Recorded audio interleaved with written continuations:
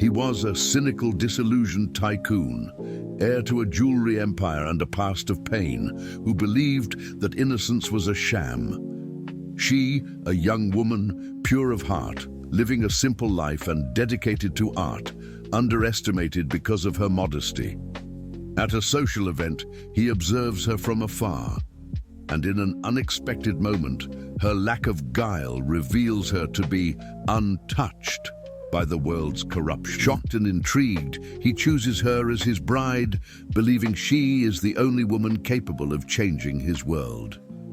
Watch this story to the end. You'll be surprised. If you like stories of love and romance, subscribe to this channel, leave a comment. We post videos like this every day. Continuing. Monday morning arrived with the familiar hum of the sewing machine in Aurora Coast's small studio.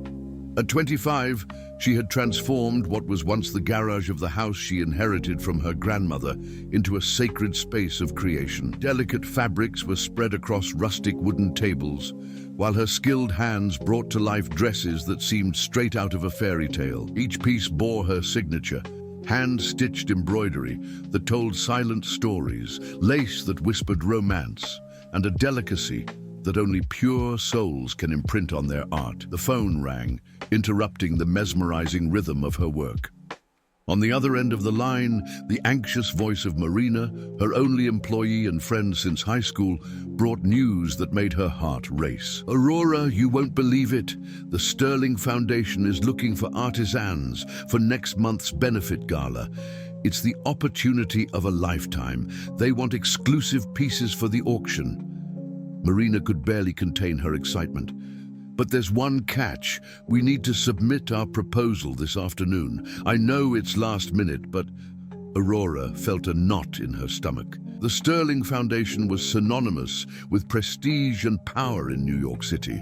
Alexander Sterling, the heir to the empire, was a legendary figure in high society circles, known as much for his brilliant business mind as for his calculated coldness in everything he touched. At 38, he commanded not only the family's jewelry and real estate company, but also one of the most influential foundations in the country. "Marina, you know I don't do well with that kind of environment," Aurora murmured, looking at her hands, roughened by hard work.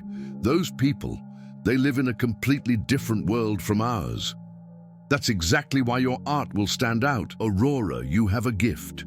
Your pieces have soul, they have a story. That's what the world needs to see." As Marina continued to try to convince her, Aurora looked around her little sanctuary. The bills piled up on her grandmother's desk, and next month's rent already weighed on her mind.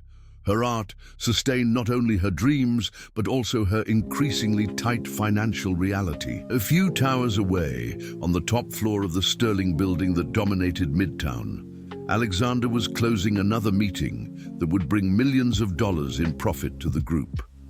His impeccable Italian suit couldn't hide the emptiness that consumed him inside. 3 years had passed since the death of his younger sister Caroline, and with her had gone the only person who saw him beyond the fortune and power.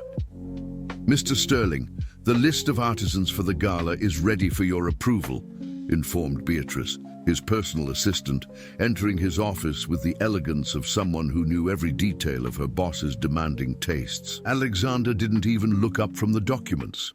"You know what to do. Choose the ones that will bring the most prestige to the event. I don't have time for these frivolities." "Actually, sir, there's a peculiar situation.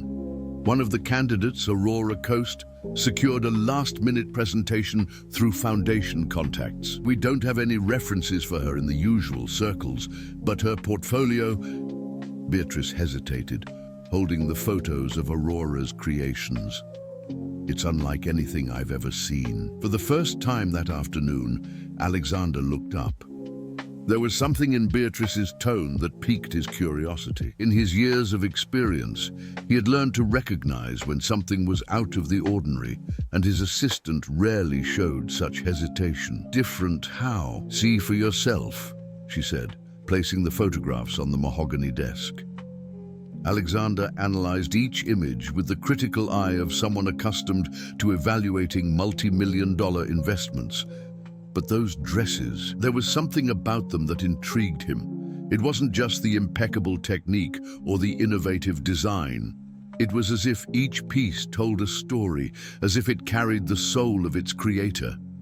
A strange sensation washed over him, a pang of curiosity he hadn't felt in a long time.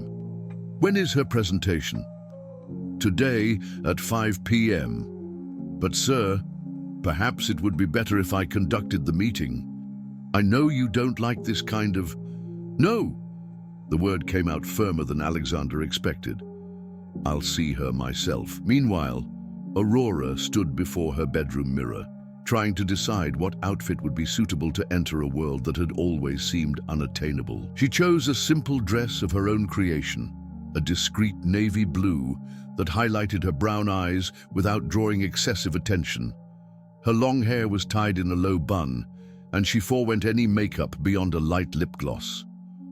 Arriving at the imposing Sterling building, Aurora felt like an ant before a giant of glass and steel. The luxurious lobby intimidated her, with its gleaming marbles and the constant movement of people who seemed to belong to that universe of power and money. Aurora Coast for Alexander Sterling, she told the receptionist, her voice betraying a nervousness she tried to hide. The elevator took her to the top floor in a few seconds that seemed like an eternity. When the doors opened directly into the executive office, Aurora found herself face to face with the man who commanded one of the largest empires in the country. Alexander Sterling stood near the panoramic window, observing the city that stretched at his feet. When he turned to greet her, Aurora felt as if the air had become denser. He was exactly as she had imagined. Tall, imposing, with striking features that betrayed the determination behind every decision. But there was something in his dark eyes that surprised her, a melancholy depth that contrasted with all the coldness that his reputation suggested. "Miss Coast," he said, extending his hand in a formal greeting, "I hear your work is peculiar.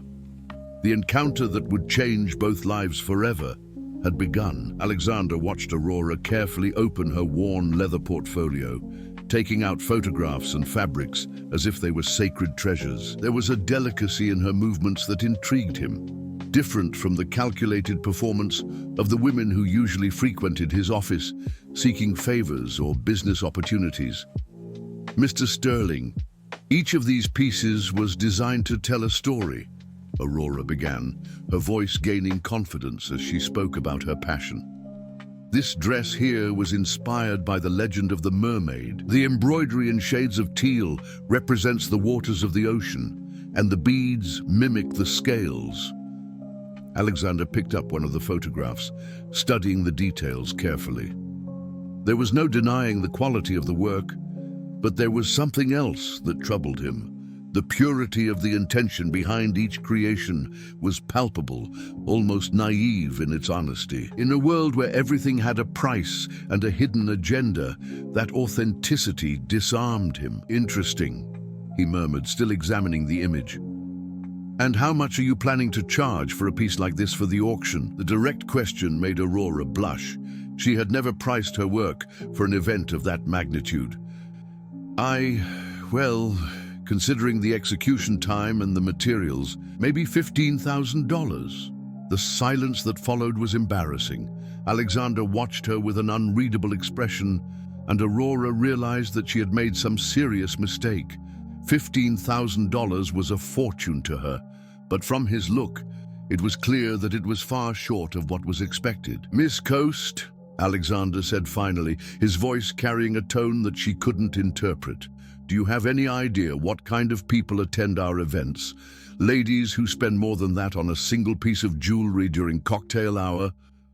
The humiliation burned in Aurora's chest. She began to gather her photographs, her hands trembling slightly. "I apologize for wasting your time, Mr. Sterling. I clearly don't belong in this world." But Alexander wasn't finished. He approached her, and Aurora could smell the expensive scent of his cologne mixed with something indefinably masculine. "I didn't say I don't want your work. I said you don't know your own worth." His eyes met hers, and for a moment Aurora felt as if he could see directly into her soul. There was an intensity in that look that made her feel exposed and protected at the same time. $50,000 per piece, Alexander declared. I want 3 exclusive dresses for the auction. Free theme, but with the condition that they reflect your genuine artistic vision, not what you imagine rich people want to see. Aurora stared at him, incredulous.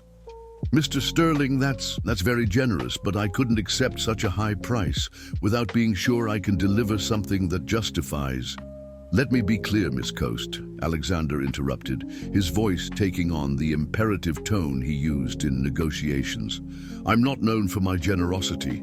I'm known for recognizing value where others see mediocrity. Your dresses will be worth every penny because they carry something that money can't buy: authenticity. The word echoed in the air between them. Aurora didn't fully understand why this powerful man was investing so much in an unknown artisan, but there was something in his determination that made her want to meet his expectations. There's one more condition, Alexander continued, walking back to his desk. You'll work here. We have a studio on the 15th floor that hasn't been used in years. I need to monitor the progress personally. Work here? Aurora repeated, looking around the intimidating environment. Mr. Sterling, I have my own studio, my routine, which clearly isn't enough to support your talent, he retorted bluntly. This project will require access to premium materials, suitable equipment, and direct supervision. The last part was said with an intensity that made Aurora question the true motivations behind that proposal. There was something in Alexander's eyes that went beyond professional interest, an almost scientific curiosity that made her uncomfortable and strangely attracted at the same time. I have a question, Aurora said, gathering courage. Why me? Surely there are more experienced seamstresses with more impressive resumes. Alexander was silent for a long moment, studying her face with an attention that made her blush again. When he finally answered, his voice carried a vulnerability that he tried to disguise with coldness. Because you still believe that art can touch souls, because your creations aren't products, they're confessions, and because... He hesitated, as if the next word surprised him. Because I haven't seen someone in a long time who still has enough hope to embroider dreams on fabric.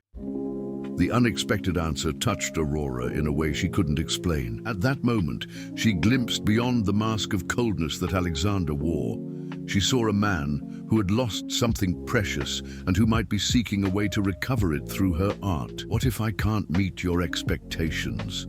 She asked quietly. Then at least we'll have found that out trying, Alexander replied, handing over a contract that Beatrice had prepared with impressive efficiency. The deadline is 1 month.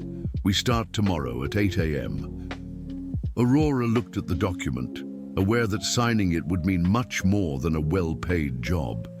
It would mean entering a world where she didn't know the rules, where her simplicity would be constantly tested against the sophistication that surrounded her.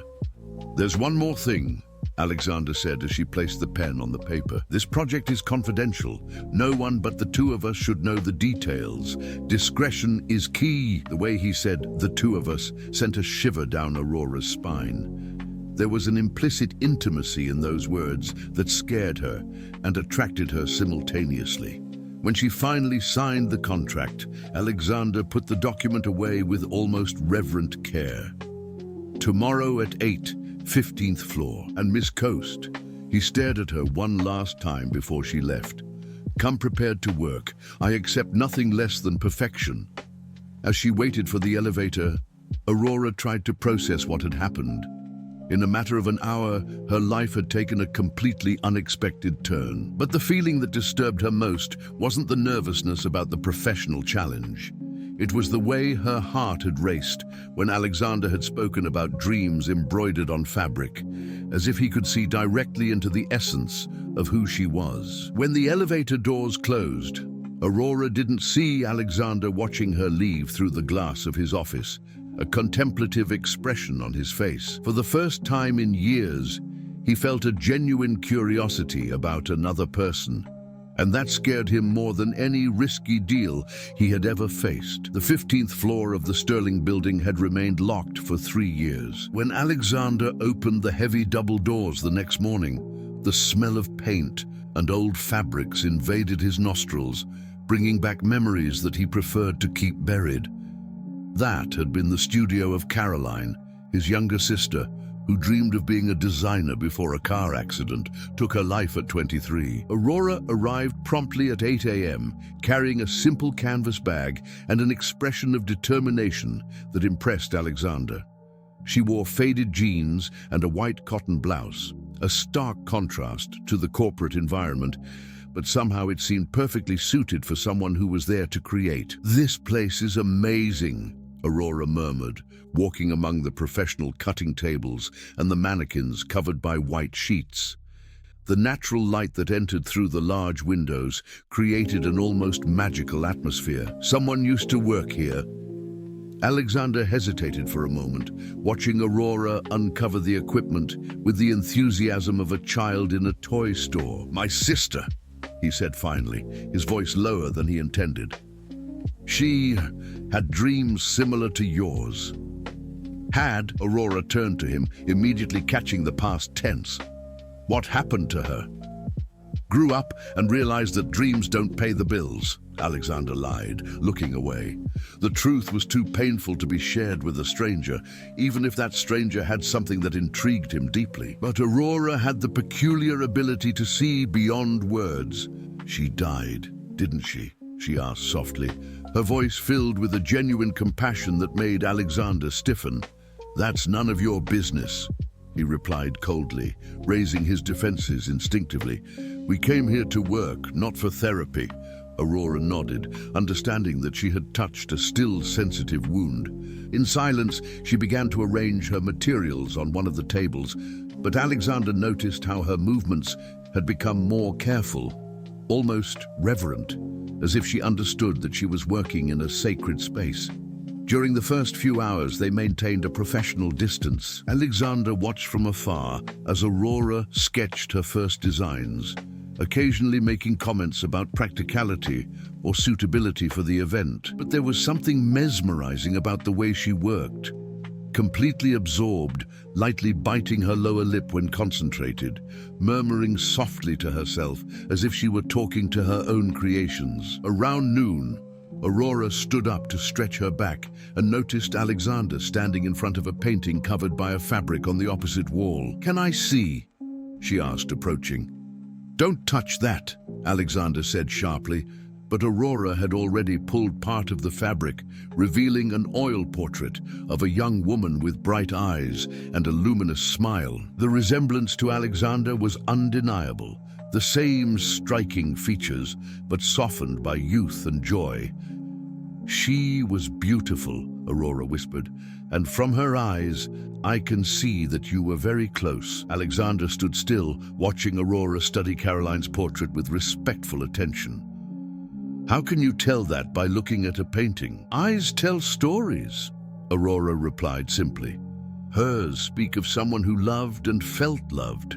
And you have the same depth in your gaze, but with a sadness that she didn't have." The observation was so accurate that Alexander felt as if he had been punched in the stomach. No one had ever read his emotions so clearly, and it disturbed him deeply. "Caroline died 3 years ago," he said finally, the words coming out against his will. "Car accident.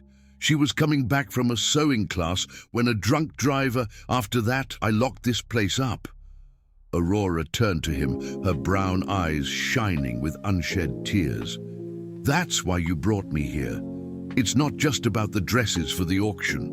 "Don't be ridiculous," Alexander tried to deny, but his voice lacked its usual conviction. "This is simply the most suitable space for the work."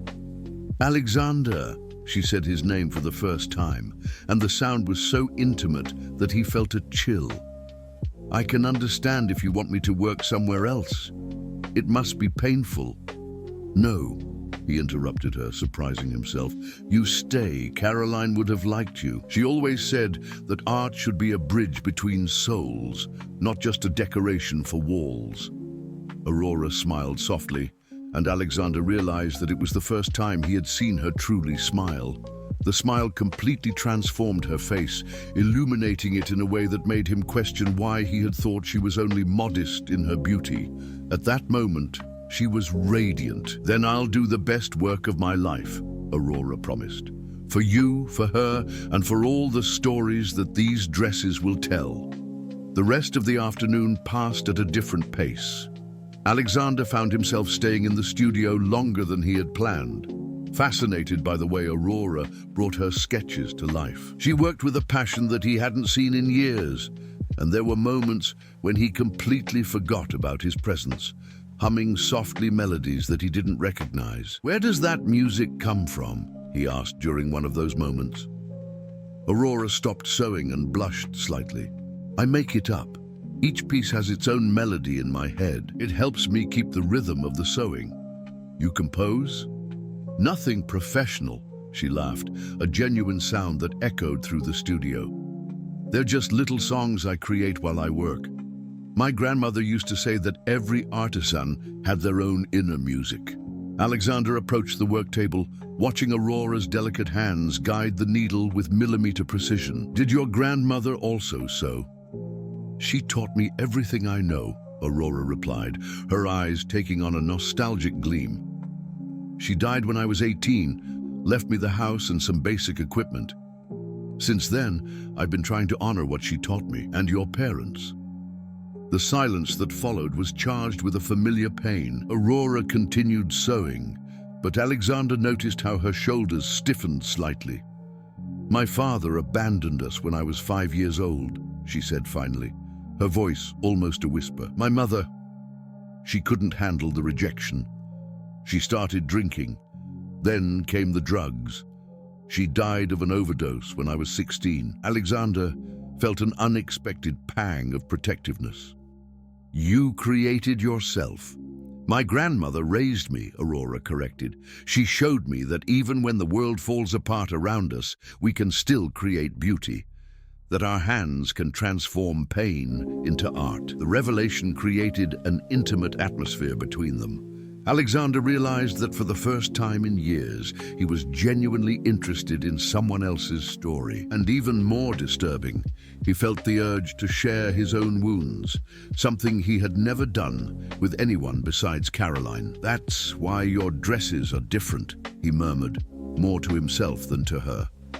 "They carry your story." Aurora looked up at him, and for a moment, they both stood in silence, recognizing something in the other that was simultaneously familiar and frightening. Two souls marked by loss, finding each other in a studio full of memories and possibilities. When Aurora finally returned to work, Alexander realized that something had irrevocably changed between them.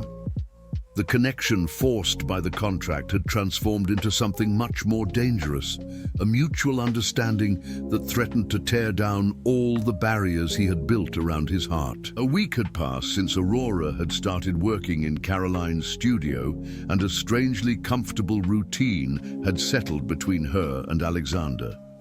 He arrived every morning with 2 coffees, a strong espresso for himself and a latte for her, although he had never asked her preference. He had simply observed during the first few days and deduced what she liked. On that rainy Thursday, Aurora was working on the second dress of the collection when her phone rang. The name City Hospital on the screen made her heart jump. "Miss Coast? This is from the emergency department. Your friend Marina Oliveira gave your name as an emergency contact. She's been in an accident." The phone slipped from Aurora's trembling hands, shattering on the marble floor. Alexander, who was reviewing reports in a nearby armchair, immediately stood up when he saw the despair etched on her face. "What happened?" he asked, holding her by the shoulders as she swayed dangerously. "Marina, hospital, accident." Aurora managed to stammer between sobs. "I need to go, I need to..." But when she tried to move, her legs gave way. Shock and panic had completely taken over. Alexander held her before she fell, feeling her body tremble against his. "Breathe," he said firmly, his voice taking on the commanding tone he used in corporate crises. "Slowly. Tell me what happened." "She's all I have," Aurora cried, grabbing his shirt unconsciously. If I lose Marina too, I can't. Her absolute vulnerability shattered something inside Alexander. Without thinking about the consequences, he pulled her into his arms, letting her collapse against his chest as she sobbed. The soft scent of her hair, mixed with the smell of fabrics and tears, created an intimacy that he hadn't experienced in years. "You're not going to lose her," he murmured against the top of her head, surprised by the own conviction in his voice. "We're going to the hospital now." The drive to City Hospital was tense. Alexander drove his Mercedes through the New York traffic while Aurora remained silent beside him, her hands clasped in her lap, trying to contain her panic. When they arrived, she got out of the car before he had even stopped completely. "Marina Oliveira," Aurora said to the receptionist, her voice hoarse from crying. "She gave my name as an emergency contact." "Room 304, third floor," the woman replied mechanically. "But only relatives can—" "I'm her sister," Aurora lied without hesitation, already running towards the elevators. Alexander followed her, impressed with the determination that had replaced the despair. When they found Marina, conscious, but with her right arm in a cast and several bruises on her face, Aurora burst into tears of relief. You're okay, she repeated, holding her friend's good hand. "Good, Aurora. It was just a slip on the stairs of the building," Marina tried to reassure her, although her own voice showed pain. "Broken arm and some bruises. Nothing that won't heal." But Alexander watched the scene with growing attention. There was something in the way Marina avoided looking directly at Aurora, as if she were hiding something, and the bruises on her face seemed too specific for a simple fall. "Marina," he said softly, approaching the bed, "can I have a word with you?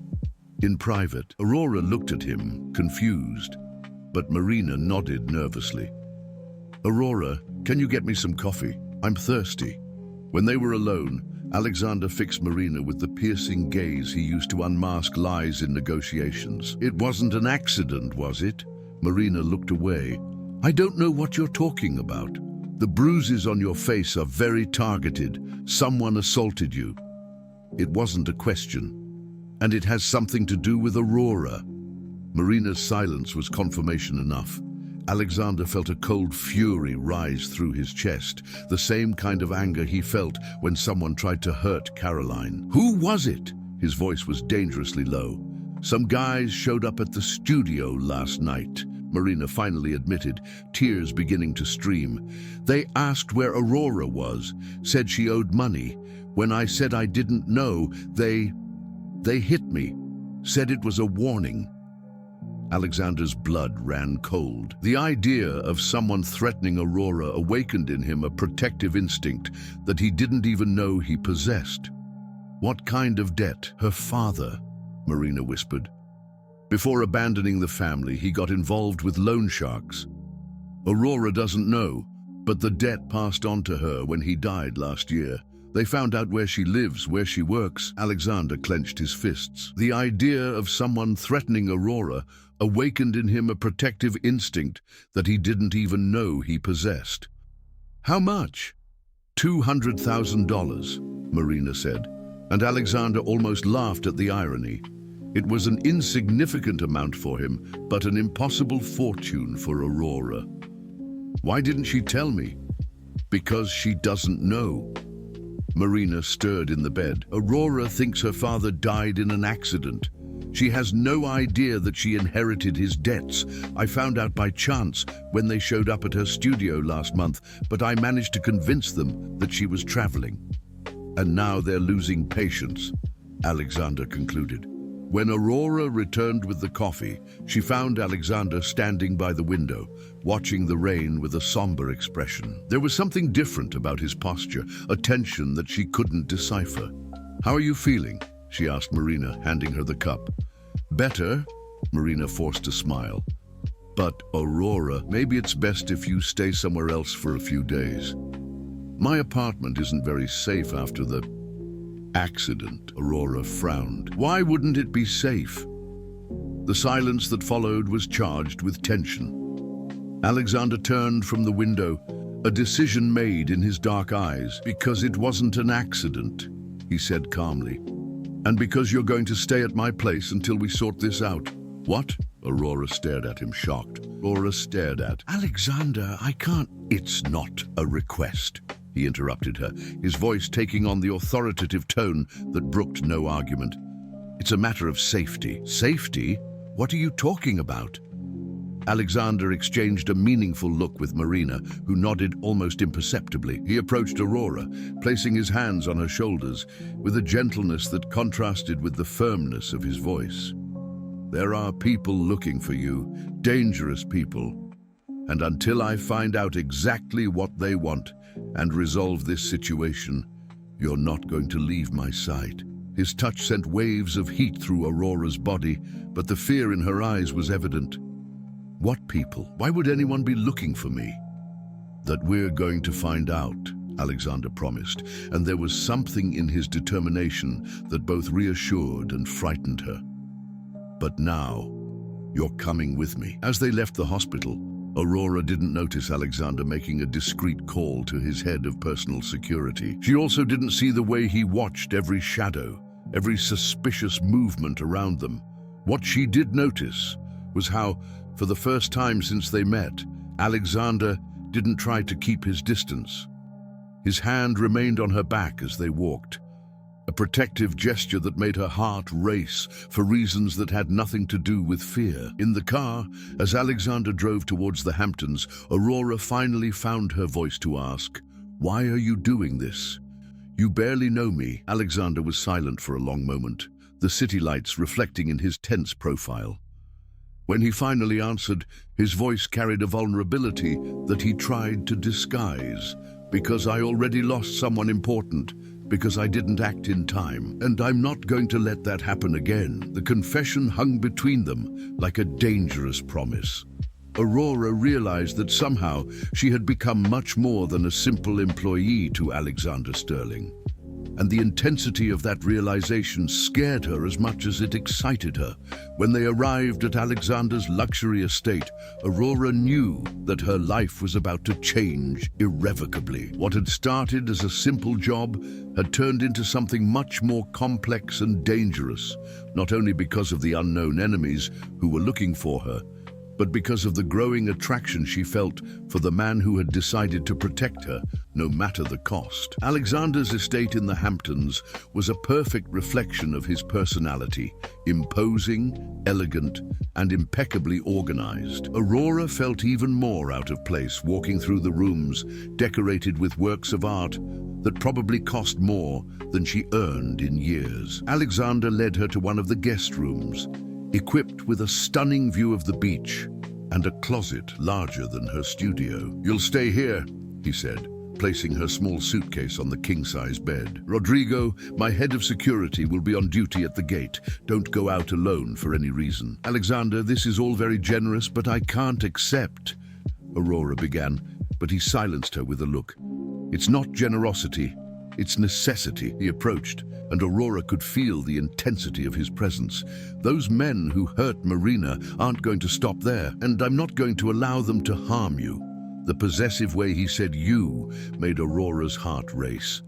There was something changing between them, a dangerous intimacy that grew with each shared moment. In the following days, a strange routine was established. Alexander worked from home most of the time, citing security concerns, but Aurora noticed how he found excuses to stay close. They had breakfast together on the porch. He took her to the studio, escorted by discreet bodyguards, and during meals, they talked about art, music, dreams, everything except the danger that loomed over them. It was during one of those nights, while they were working side by side in the silent studio, she sewing, he reviewing contracts, that the inevitable moment arrived. Aurora was adjusting a delicate embroidery when the needle slipped, pricking her finger. A drop of blood stained the white fabric.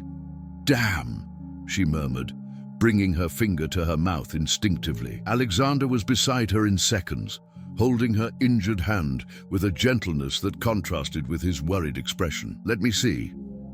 The cut was superficial, but Alexander treated it as if it were a serious wound. He fetched a first aid kit and with careful movements, cleaned the wound. The touch of his fingers on her skin sent waves of electricity through Aurora's arm. "Done," he whispered, but he didn't let go of her hand.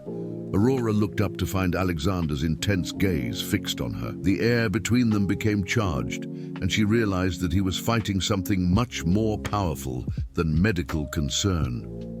"Aurora," he said her name like a prayer, moving closer. "You shouldn't be here." "In the studio?" she asked, confused. "In my life," he replied, his voice husky. "You shouldn't have become this. What have I become?" Instead of answering, Alexander bent down and captured her lips in his. The kiss was everything Aurora had imagined and more. Intense, desperate, charged with weeks of repressed tension. When they finally broke apart, they were both breathless. "This can't happen," Alexander said, but his hands still cupped her face. "Why not?" Aurora whispered, surprising herself with her own audacity. "Because you're too pure for my world. Because I'm going to end up corrupting you. Because—" He paused, struggling with the words. "Because I can't imagine my life without you anymore, and that terrifies me."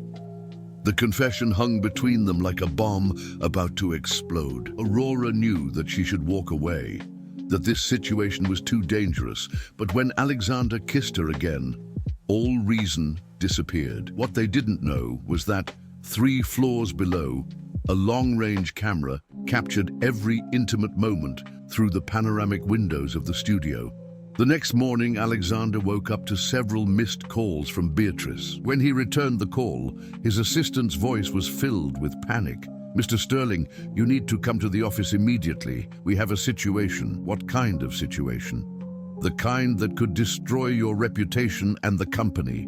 Please, come alone." Alexander found Beatrice in the main office, surrounded by newspapers and tablets. Her face was pale as she held out one of the publications.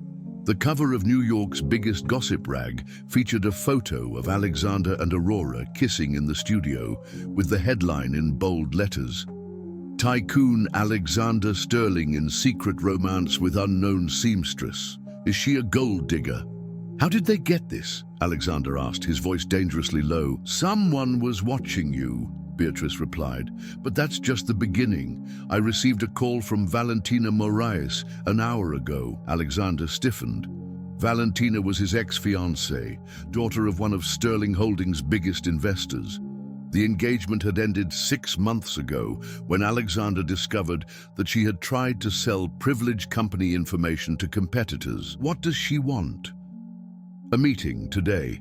She said she has interesting information about your new friend." Alexander's phone rang at that moment.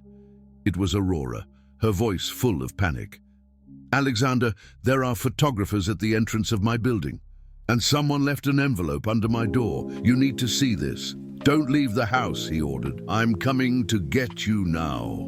When Alexander arrived at Aurora's apartment, she had insisted on returning to pick up some clothes the night before.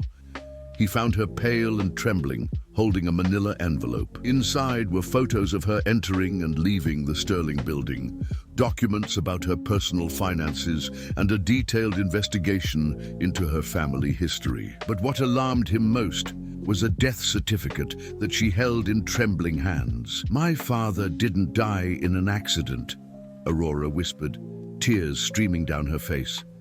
"He was murdered by loan sharks. And now they want me to pay his debts." Alexander read the document, his expression growing increasingly grim. $200,000. "It's a fortune to me," Aurora cried. "But that's not why I'm terrified. There's more." She showed him a recent photo of Marina in the hospital with a note attached.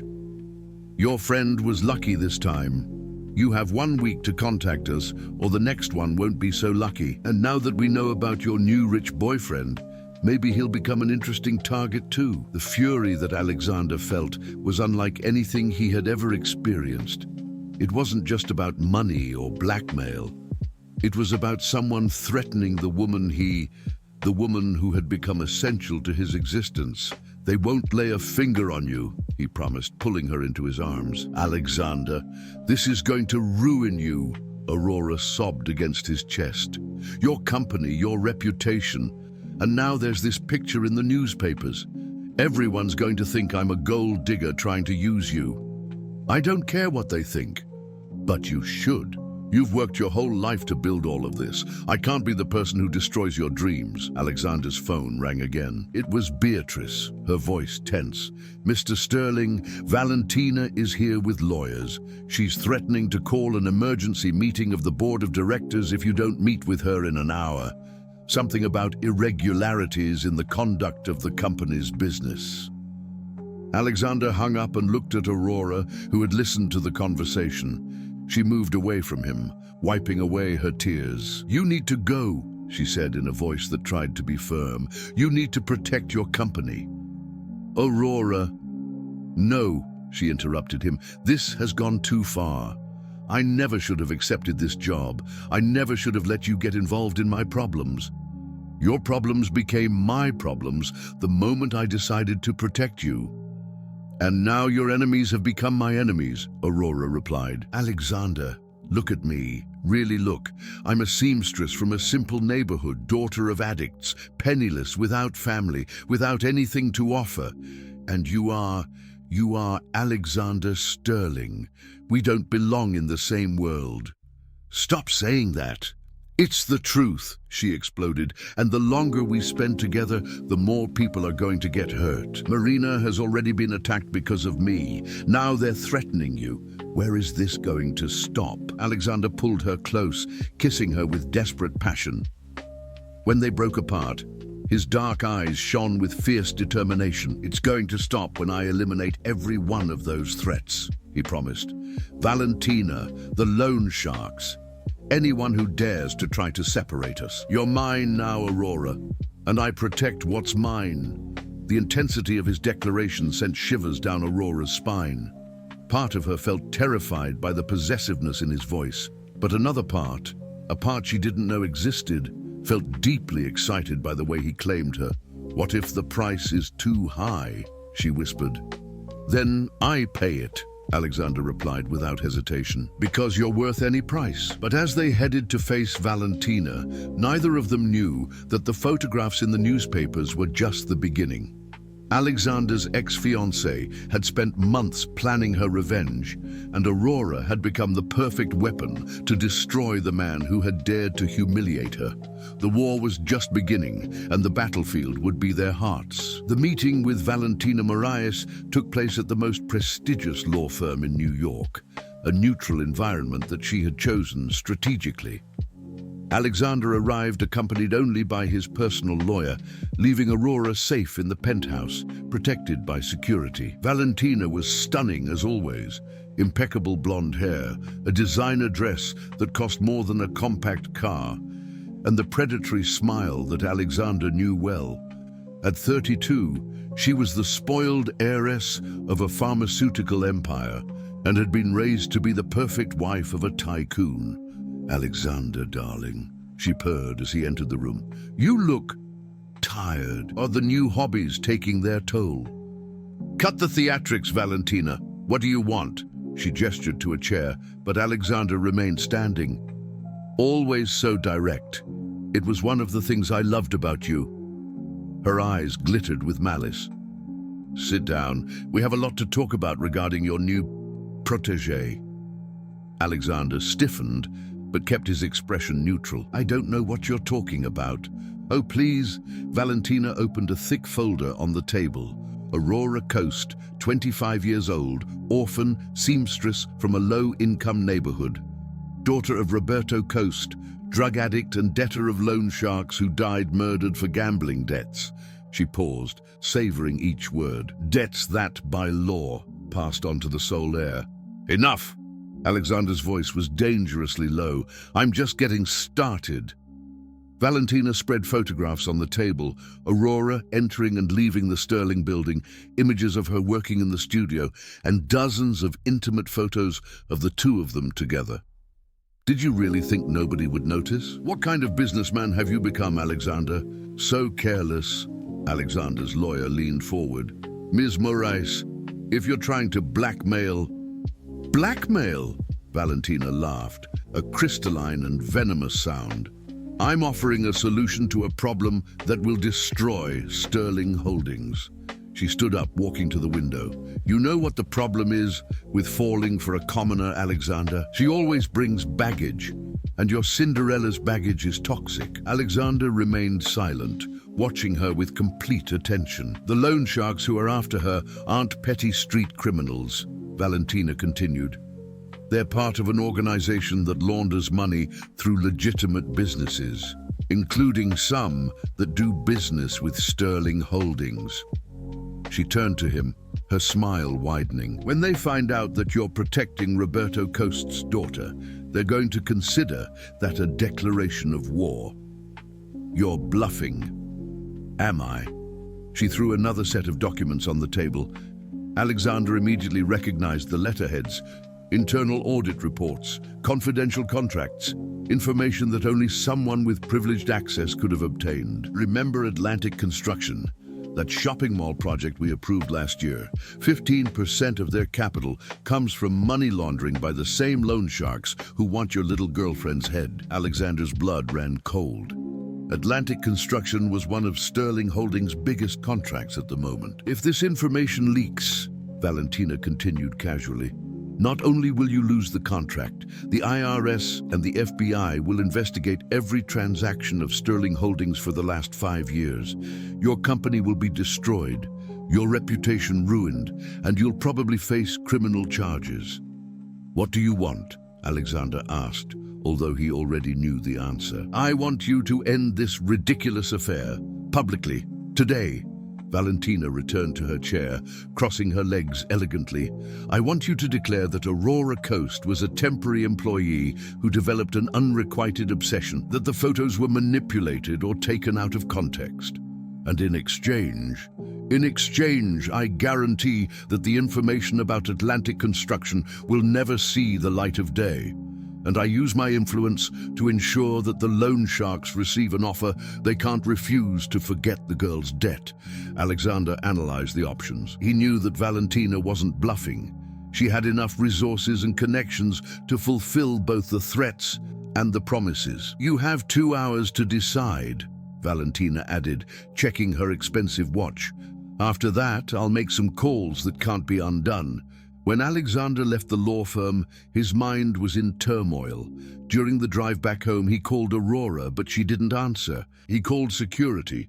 They confirmed that she was in the penthouse, but had refused to speak to anyone since a delivery of flowers arrived. Alexander found Aurora on the terrace, watching the sea with a blank expression. A bouquet of white roses was on the table next to her, along with a card that she held in trembling hands.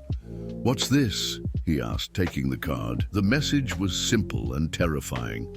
Roses are red, violets are blue. Your boyfriend can't save you and neither can you. 48 hours.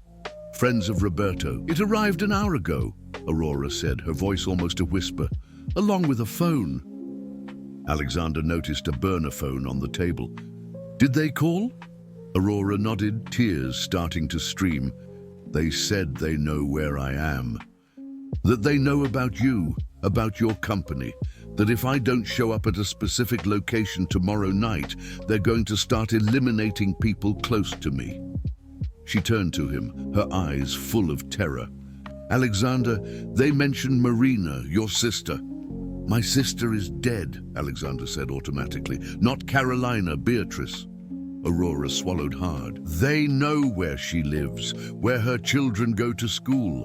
They said she could be next to have an accident. The revelation hit Alexander like a punch in the stomach. Beatrice wasn't just his assistant.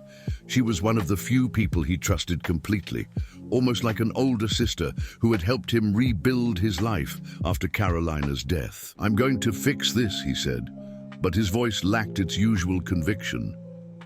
How? Aurora stood up, walking to him. Alexander, be honest with me. There's no solution for this, is there? Not one that doesn't destroy you in the process. His silence was answer enough. I met with Valentina today, Alexander finally admitted. She has information that can destroy my company and put me in prison, and she wants me to end our relationship publicly. Aurora closed her eyes, as if absorbing a physical blow. "And you're going to do it." "No," Alexander said firmly, pulling her into his arms. "I'm going to find another way." "There's no other way." Aurora pulled away from him, her voice rising. "Can't you see? I'm a cancer in your life. Everyone who gets close to me gets hurt." Marina was beaten. Beatrice is being threatened. You're losing everything you've built. Aurora, stop. I can't stop. Because for the first time in my life, I've fallen truly in love. And that's exactly why I need to let you go. Her words hit him like lightning. It was the first time either of them had admitted love openly. "You love me?" Alexander asked, his voice husky. "With every fiber of my being," Aurora cried. "That's why I can't let you destroy yourself for my sake." Alexander pulled her close desperately, kissing her with all the passion and despair he felt. When they broke apart, they were both crying. "I love you too," he whispered, "more than I thought it was possible to love someone." "Then you understand why I need to leave." "No, we're going to fight together." But Aurora had already made her decision. While Alexander was taking an urgent emergency call from his company, she discreetly packed her bags. She left the dresses she was creating half-finished in the studio, along with a letter explaining her decision. When Alexander finished the call, more problems with investors who had seen the photos in the newspapers, he found the penthouse empty. Aurora's letter was on his bed. "Alexander, you taught me that true love sometimes means sacrifice. I'm making the biggest sacrifice of my life to protect the man I love more than life itself. Don't look for me. I'll solve my problems alone, as I always have. And you will rebuild your life as you always have. Thank you for showing me that I am capable of loving and being loved. That was the greatest gift anyone has ever given me. Forever yours, Aurora." Alexander immediately called security, but they confirmed that Aurora had left through the garage using a ride-sharing service she had called. The cameras showed that she was carrying only a small suitcase.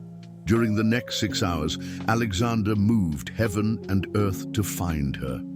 But Aurora knew the city better than he did, knew how to disappear among the tenements and communities where she was born. She had returned to her world, leaving his behind. Meanwhile, Aurora hid in a cheap motel in the Lower East Side, crying in a tiny room that smelled of mildew. She had left her cell phone in Alexander's penthouse, cutting off all forms of communication. For the first time in weeks, she was completely alone and completely devastated. The next morning, the newspapers splashed a new headline. "Fairy tale romance comes to an end. Sterling Holdings faces crisis after heir's love scandal." Alexander hadn't slept, and when Beatrice arrived at the office, she found him watching the city through the window with the same lost expression he had after Carolina's death. "Mr. Sterling," she said softly, "Valentina Moraes is waiting for your call. She said the deadline expires at noon."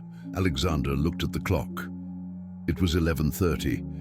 In 30 minutes, he would have to choose between his empire and the woman he loved. And the woman he loved had made the choice for him, disappearing from his life forever. For the first time in his adult life, Alexander Sterling felt completely defeated. Aurora spent 3 days in the motel in the Lower East Side, surviving on cheap takeout and tears. On the 3rd day, when the money was running out and she needed to make a decision about what to do with her life, Marina appeared at the door of the room. "How did you find me?" Aurora asked, surprised and relieved to see her friend. "You always said that if you ever needed to disappear, you'd come to this place," Marina replied, entering the room with difficulty because of her arm cast. "Remember? You said it's where your grandmother brought you when your mother had her first overdose." Aurora burst into tears in her friend's arms. "Marina, I messed everything up. I destroyed his life. I almost destroyed yours." "Stop it," Marina interrupted her firmly. "Sit down here and listen to me. You didn't destroy anything. You were manipulated." "What are you talking about?" Marina sat on the narrow bed, pulling out a folder she had brought. After I left the hospital, I started investigating. Something about this whole situation didn't make sense. Why would loan sharks wait more than a year after your father's death to show up? Why now, just when you got your dream job? Aurora looked at her attentively, wiping away her tears. So I hired a private investigator, don't ask me how I got the money, to investigate your father's death and these debts. Marina opened the folder, revealing documents and photographs. Aurora, your father really did owe money to loan sharks, but he paid off the debt 2 months before he died. What? Aurora took the documents, examining them with an incredulous look. There's more. The death certificate that someone left at your door. It's fake. Your father really died of an overdose, as your mother always said. Someone forged a new version to make you believe it was murder. The room seemed to spin around Aurora. But why would someone do that? Because someone needed a way to separate you from Alexander Sterling. Marina turned to another page in the folder, and that someone has a name, Valentina Morais. The photo showed Valentina in an expensive restaurant talking to 2 intimidating-looking men. She hired these guys, who aren't even real loan sharks, they're unemployed actors, to threaten you. The whole scheme was orchestrated by her. Aurora stood up abruptly, walking to the small window of the room. But the injuries to you were real, and the threats, they were real because she paid for them to be real, Marina confirmed. Aurora, this woman spent a fortune planning this. She investigated you for months, discovered your family history, identified your vulnerabilities. When Alexander became interested in you, she saw the perfect opportunity to destroy him. And I fell right into the trap, Aurora murmured, the hate and humiliation burning in her chest. You were the victim of a calculating sociopath, Marina corrected. But now that we know the truth, we can fight. Aurora turned to her friend, her eyes shining with a determination that Marina hadn't seen in days. Where is Alexander now? According to the news, he's going to announce publicly tonight that you never had a relationship, that you were just a temporary employee who developed an unrequited obsession. Marina paused. Aurora, he's doing this to protect you. He doesn't know that it's all a lie. Where will the announcement be? At the Plaza Hotel, Sterling Foundation benefit event. It's going to be full of press and New York elite. Aurora began to walk around the small room, her mind working quickly. How many hours do we have? 4. But Aurora, you can't just show up there. Security won't let you in. And even if they did, who's going to believe your word against Valentina Morais? Then we'll have to be smarter than her. Aurora turned to Marina, a determined smile emerging on her face for the first time in days. I need a favor. Actually, I need several favors. During the next 3 hours, Aurora and Marina worked like a military team planning a mission. Marina used her contacts from journalism school to access information about Valentina, while Aurora called every artisan and client she knew, asking for a very specific type of help. I got it, Marina said, hanging up a call. Julia, that colleague of mine who works at NBC, said she can give us 5 minutes of attention if we have a really bombshell story. And we will, Aurora promised, looking at the documents scattered on the bed. I need one more thing. Do you know anyone who works at the Plaza Hotel? Why? Because I'm going to need to get into that hotel without being seen, and I'm going to need access to the sound system in the main ballroom. Marina looked at her as if she had gone crazy. Aurora, what are you planning? I'm going to give Valentina Morais exactly what she wants, Aurora replied, her eyes gleaming with fierce determination. A public spectacle, only it won't be the spectacle she's expecting. Meanwhile, at the Sterling Holdings office, Alexander was preparing for the most difficult night of his life. Beatrice had prepared the speech he was supposed to read, denying any serious relationship with Aurora and describing her as a temporary employee who had misinterpreted his professional intentions. Mr. Sterling, Beatrice said softly, there's still time to find another solution. Maybe if we talked to the other board members?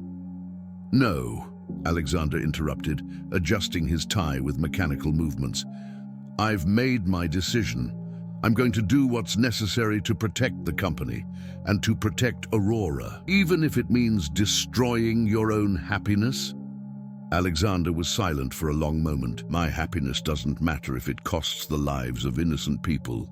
But what Alexander didn't know was that, at that very moment, Aurora was getting dressed in the small hotel room, preparing for the battle of her life. She had chosen one of the dresses she was creating for the auction, a simple but elegant navy blue dress that she had finished in the last few hours on a borrowed sewing machine. "Are you sure about this?" Marina asked, watching her friend get ready. "I've never been so sure of anything in my life," Aurora replied, checking one last time the documents in her purse. "Valentina Moraes thinks she can use me as a pawn in her game. It's time to find out that some pawns can become queens." As Aurora left the hotel, she was no longer the insecure young woman who had met Alexander Sterling a week ago. She was a woman determined to fight for the man she loved, no matter the cost. The stage was set for the final showdown, but only Aurora knew that the rules of the game were about to change completely. The main ballroom of the Plaza Hotel was filled with New York's elite, journalists, and photographers awaiting Alexander Sterling's announcement. Valentina Moraes circulated among the guests like a queen in her kingdom, wearing a red Valentino that cost more than a condo, savoring her victory in advance. Alexander was on the improvised stage, adjusting the microphone with hands that trembled imperceptibly. The speech prepared by Beatrice was folded in his pocket, but he couldn't stop thinking about Aurora, about her genuine smile, her delicate hands creating art, the way she had looked at him when she said she loved him. "Ladies and gentlemen," Alexander began, his voice echoing through the ballroom, "thank you for being present tonight. I'm here to clarify some misunderstandings that have arisen in the press recently." But before he could continue, the lights in the ballroom went out abruptly. A murmur of confusion spread among the guests. When the lights came back on, Aurora was standing in the center of the ballroom, illuminated by a spotlight that Marina had managed to have a technician friend operate. "I apologize for the interruption," Aurora said, her voice amplified by the sound system they had managed to access. "But there are some truths that need to be told before lies are spread." Valentina paled, trying to move towards the exit, but discovered that Marina and two journalist friends had discreetly blocked the main exit doors. "My name is Aurora Coast," she continued, walking slowly through the ballroom as the guests watched her fascinated. "And for a few days, I had the privilege of knowing the real Alexander Sterling. Not the cold tycoon that you see, but the man who still dreams of honoring the memory of his sister Carolina, who still believes that art can heal wounded souls." Alexander stepped down from the stage, his eyes fixed on Aurora, incredulous at her presence there. "But tonight you are going to hear a lie," Aurora continued, removing documents from her purse. "You are going to hear that I am an obsessive employee who deluded herself with the intentions of her boss. A convenient story created by someone who can't accept that she lost the man she never knew how to value." "Security!" Valentina shouted, but her voice was drowned out by the growing interest of the guests and journalists. "Valentina Moraes," Aurora turned to face Alexander's ex-fiancée directly. "For months, you meticulously planned my destruction. You hired actors to pose as loan sharks, forged documents about my father's death, orchestrated threats against innocent people. All this because you couldn't accept that Alexander chose a simple seamstress instead of a spoiled heiress." "This is ridiculous!" Valentina protested, but her voice trembled. "Who's going to believe the word of a woman who has evidence?" Aurora interrupted, extending photographs to the nearest journalists. "Photos of you meeting with the fake loan sharks, receipts of payments made by you to them, recorded conversations where you admit to forging documents." The ballroom exploded in shocked murmurs. Camera flashes began to fire as the journalists examined the evidence.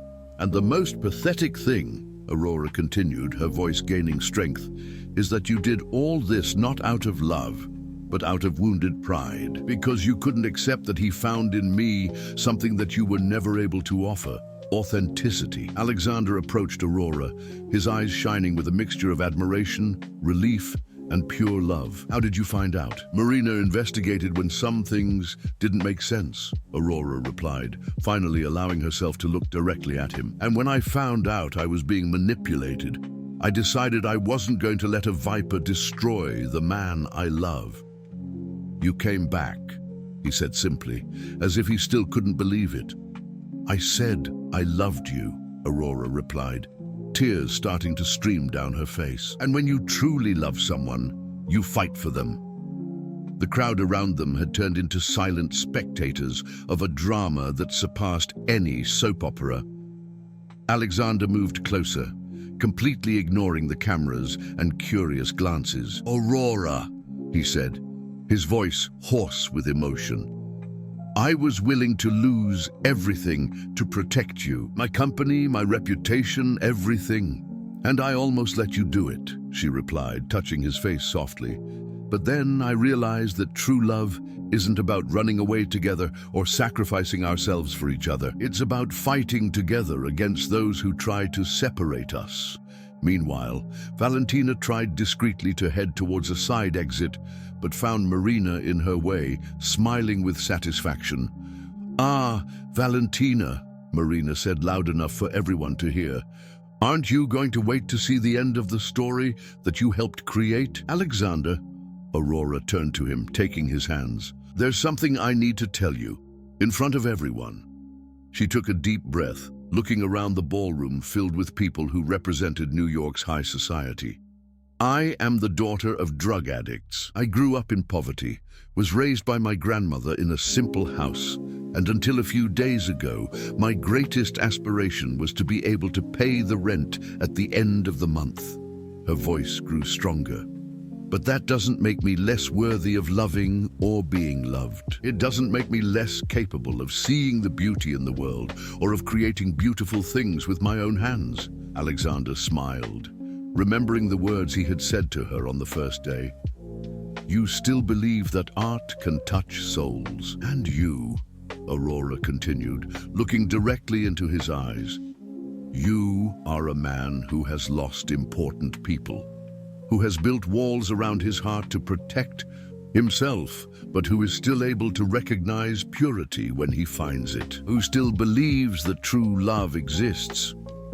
I do believe, Alexander said, his voice breaking slightly, because you taught me that. Not caring about the crowd that was watching them, Alexander knelt before Aurora, taking out of his pocket a ring that he had bought days ago, when he still believed that he could protect her from afar. Aurora Coast, he said, his voice echoing through the silent ballroom. You appeared in my life like a hurricane disguised as a gentle breeze. You took my ordered world and turned it upside down in the most beautiful way possible. You showed me that there is something more valuable than power or money, a soul that still has hope. Aurora covered her mouth with her hands, tears streaming freely. Marry me, Alexander asked. Not to save my company or your reputation, but because I can't imagine a single day of my life without hearing you hum while you work, without seeing how you illuminate any room you enter, without having the privilege of protecting and being protected by someone who loves with such purity.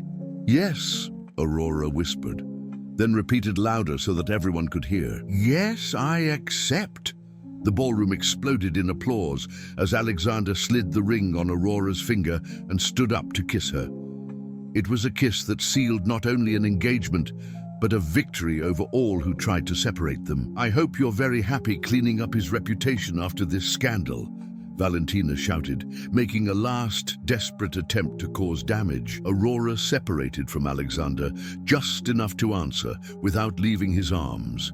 The only thing that needs to be cleaned up here is your conscience, but that, unfortunately, is an impossible job. 6 months later, Sterling Holdings had not only recovered from the scandal, but was stronger than ever. The story of the company that was almost destroyed by a vindictive ex-fiancé but was saved by true love, had become a legend in the corporate world. Aurora had become not only Mrs. Sterling, but also the creative director of the foundation that bore Carolina's name. Her dresses, now created in the studio that Alexander had built especially for her in the penthouse, were sought after by the world's elite. But what mattered most to both of them were the quiet mornings on the porch, where Aurora worked on her creations while Alexander read reports, occasionally stopping to watch her hum her invented melodies. "What are you thinking about?" Aurora asked one of those mornings, noticing how he watched her with that intense look that still made her heart race. "I'm thinking," Alexander replied, putting down the papers and approaching her, "that your grandmother was right. Every artisan really does have their own inner music." "And what's your music?" Aurora asked, allowing him to pull her into his arms. "You," he replied simply. "You are my music, my art, my authenticity.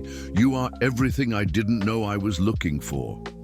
And as they kissed on the sunny porch with the Atlantic Ocean stretching endlessly to the horizon, they both knew that they had found something rare and precious, a love that had survived blackmail, manipulation, and social differences. A love that had proven that sometimes fairy tales really do happen, especially when two people are willing to fight for them. The story of Alexander and Aurora would become legend in New York's social circles, told and retold as proof that true love still exists. And in the studio that once belonged to Carolina Sterling, where it all began, Aurora's dresses continued to tell stories of hope, proving that even in the darkest times, it is still possible to embroider dreams on fabric and turn them into reality.